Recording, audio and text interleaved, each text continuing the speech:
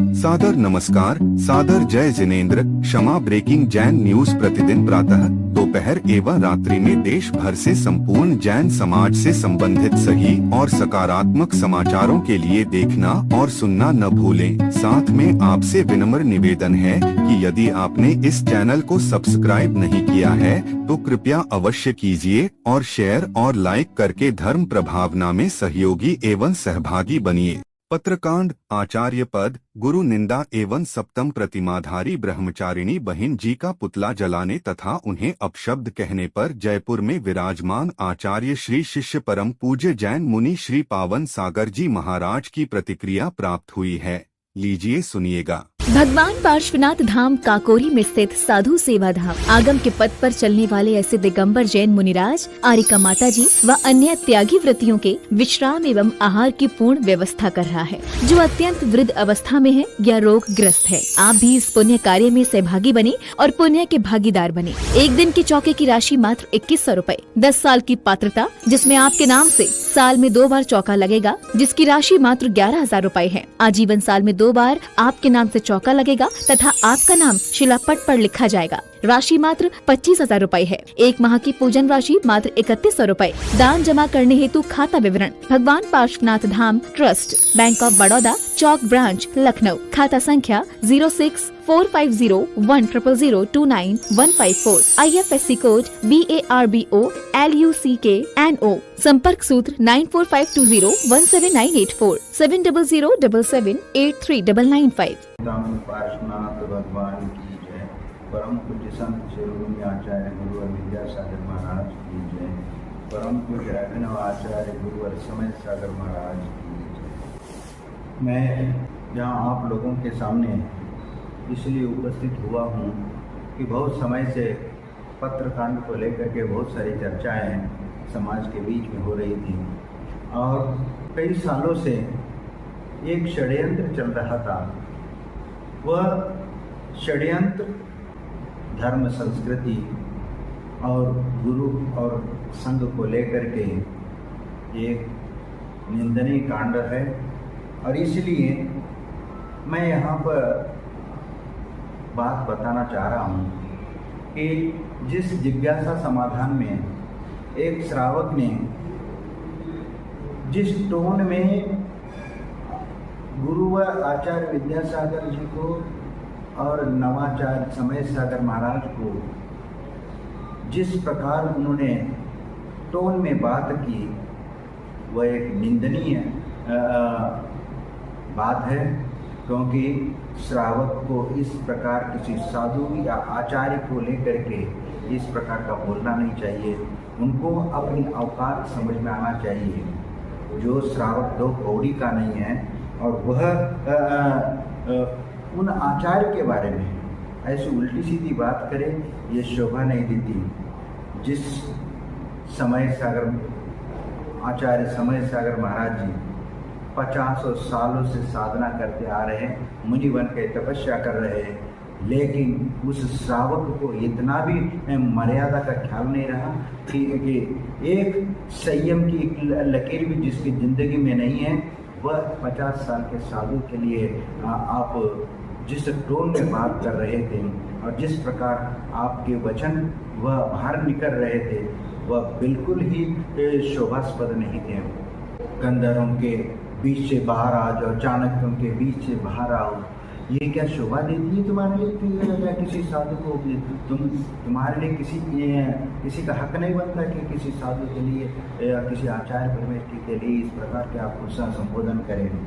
लेकिन मैं आप लोगों से ये कहना चाहता हूँ कि जो इस प्रकार का कांड कर रहा है, और ये श्रावक तो एक मोहरा है, इसके पीछे जिस समय वह श्रावक इस प्रकार प्रश्न, शंका, जिज्ञासा कर रहा था, उस समय मंच पर बैठे हुए उस साधु की बॉडी लैंग्वेज देख लेना चाहिए था। उससे मालूम पड़ता है कि वह कितना प्रसन्न मुद्रा में नजर आ रहे थे इस प्रश्न से, और इससे मालूम पड़ता है कि इसके पीछे प्रश्न पूछने वाले के पीछे तो किसका हाथ है, क्योंकि ये प्लांटेड प्रश्न थे जो कागज लेकर के वह श्रावक उन जिज्ञासाओं को पूछ रहा था।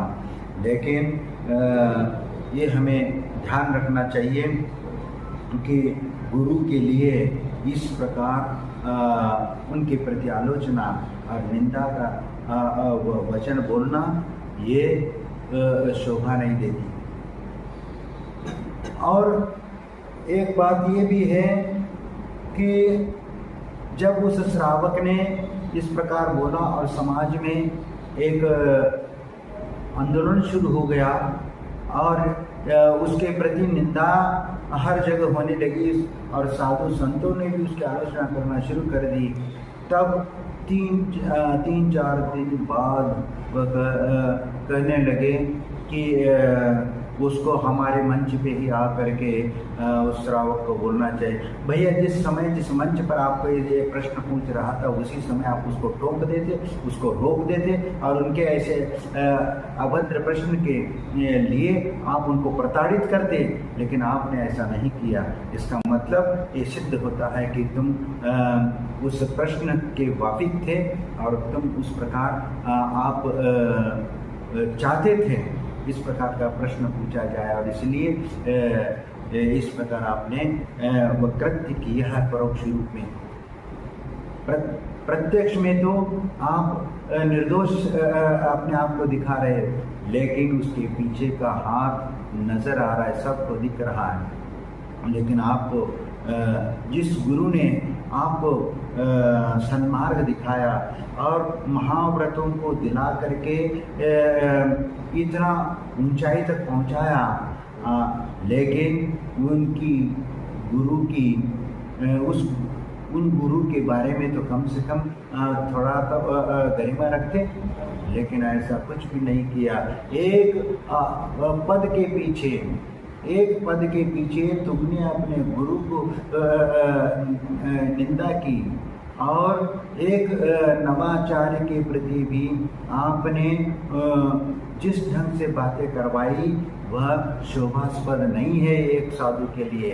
क्योंकि आपको यदि आचार्य पद लेना था तो आपने बोला कि आर्जव सागर महाराज जी ने आचार्य पद ले लिया, उत्तम सागर जी ने ले लिया, पुण्य सागर महाराज जी ने आचार्य पद ले लिया, तो उस समय कोई आवाज़ नहीं उठी। हमने अभी लिया भी नहीं और हमारी आवाज़ उठने लगी।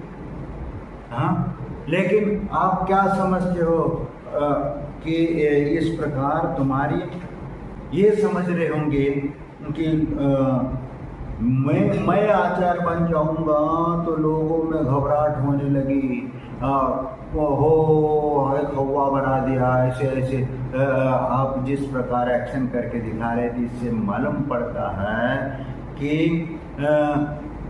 आपने इस प्रकार का जो काम किया है वह एक निंदनीय काम किया है।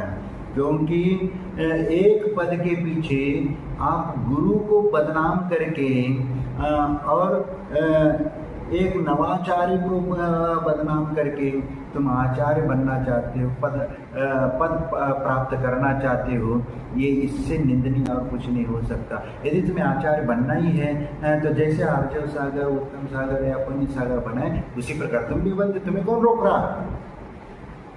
बनना तो तुम भी बन जाओ ना। लेकिन इस प्रकार का नाटक और ये पत्राचार का कांड में दूसरों को निंदा करके, दूसरों की आलोचना करके आप बनना चाहते हो और समाज में अपने आप को शेर समझते हो। यदि आप वास्तव में आप यदि गुरु भक्त थे, गुरु भक्त शिष्य थे, तो आप इस प्रकार का व्यवहार कभी नहीं करते। और जिस प्रकार आपने जिस पद को लेकर के ये हो हंगामा चल रहा है, और मैं उस समाज से भी कहना चाहता हूँ जो इन्होंने जिस प्रकार जुलूस निकाल करके इस प्रकार का प्रदर्शन किया, वैसे ये मुझे भी अच्छा नहीं लगा। क्योंकि घर की बात घर में होना चाहिए, रोड पे नहीं आना चाहिए था। लेकिन जिस व्यक्ति ने गुरु के प्रति इस प्रकार व्यवहार किया गया है और नवाचार्य के प्रति जिस शब्दों का प्रयोग किया गया है, ये बिल्कुल भी निंदनीय है। उस श्रावक ने भी इस प्रकार जो हरकत की है वह भी गलत है और उस श्रावक को भी ऐसा नहीं करना चाहिए था। लेकिन वह श्रावक भी प्लांटेड था और उसको भी किसी के द्वारा वो पत्र लिख करके दिया गया, उसी को हमने पढ़ करके सुनाया। लेकिन जिस टोन में वो बात करी वह टोन प्रशंसनीय नहीं है, वह निंदनीय है। इसलिए मैं उनसे कहना चाहता हूँ कि आपको आचार्य पद की इतनी लालसा है तो बोलो, कौन रोका है तुम्हें? जब 2-3 महाराज पहले आचार्य बन चुके हैं तो तुम भी एक बन जाते। लेकिन ये तमाशा तो नहीं करते। ये तमाशा करके तुम बताना क्या चाहते हो? यानी इसका मतलब कि नवाचार्य जो है वह आपको अनुमति दे। इस प्रकार गुरु की निंदा करके तुम ऐसे पद प्राप्त करना चाहते हो, ये बिल्कुल ही योग्य नहीं है। और आपने जिस प्रकार ब्रह्मचारी और ब्रह्मचारिणी के लिए कुत्ता कुतिया जैसे शब्दों का प्रयोग किया है, ये तुम्हारे लिए शोभा नहीं देती। क्योंकि एक महाव्रती होकर एक भाषा समिति का पालन करना चाहिए था, लेकिन आपने इस प्रकार कोई भाषा समिति का प्रयोग नहीं किया और ये महाव्रत के लिए बिल्कुल ऐसे शब्दों का प्रयोग करना शोभा नहीं देता। और आपने ऐसे काम किए हैं, ऐसे शब्दों का प्रयोग किया है, ये बिल्कुल निंदनीय है। कोई भी सभ्य समाज में इसको अच्छा नहीं समझेंगे। इसलिए आप एक महाव्रती होने के नाते इस प्रकार अपशब्दों का प्रयोग करना यदि बंद करें तो बहुत अच्छी बात है। और जिन शासन की प्रभावना करनी है करिए, आपको कोई मना नहीं है। जितनी प्रभावना करनी करिए, उसके लिए पूरा समाज आपके साथ है। लेकिन इस प्रकार गुरु की निंदा करके आप इस प्रकार प्रभावना करना चाहते हो तो ये गलत बात है। और इस प्रकार आप गुरु और आचार्य परमेष्ठी की निंदा करके तुम तो धर्म को ही बदनाम कर रहे हो और इस प्रकार का पाप तुम कर रहे हो। और इस पाप को ऐसे पाप की दुर्गति क्या होती है आप तो स्वयं समझदार है, लेकिन फिर भी आप इस प्रकार के कुकृत्य करते जा रहे हो, ये शोभा नहीं देती। और इसलिए मैं आप लोगों से और क्या कहूँगा कि इस प्रकार का असभ्य व्यवहार या श्रावकों के द्वारा इस प्रकार आलोचना और किसी का पुतला जलाना और ये करना, इस प्रकार के कृत्य उन श्रावकों को शोभा नहीं देती। अरे वह एक व्रती लोगों की आप पुतला जला रहे हो और किसी के कहने से आप लोग पुतला जला रहे हो, ये बहुत बड़ी निंदनीय बात है। इसलिए मैं सब लोगों से ये विनती करना चाहता हूँ कि इस प्रकार का जो धर्म की यहाँ पर निंदा होती हो, गुरु की निंदा होती हो और दुष्प्रचार धर्म का होता हो, तो ऐसा हम कभी भी नहीं चाहेंगे। और वह श्रावक भी इस बात को ध्यान रखेंगे कि जिन शासन की प्रभावना में कोई कमी नहीं आना चाहिए, लेकिन जिन शासन को मलिन करने का काम न करे, चाहे वह कोई साधु हो चाहे और कोई भी श्रावक हो।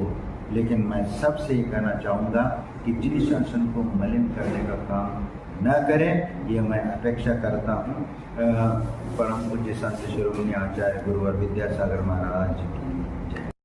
क्षमा breaking Jain news YouTube channel पर विज्ञापन देकर धर्म प्रभावना में बने सहभागी।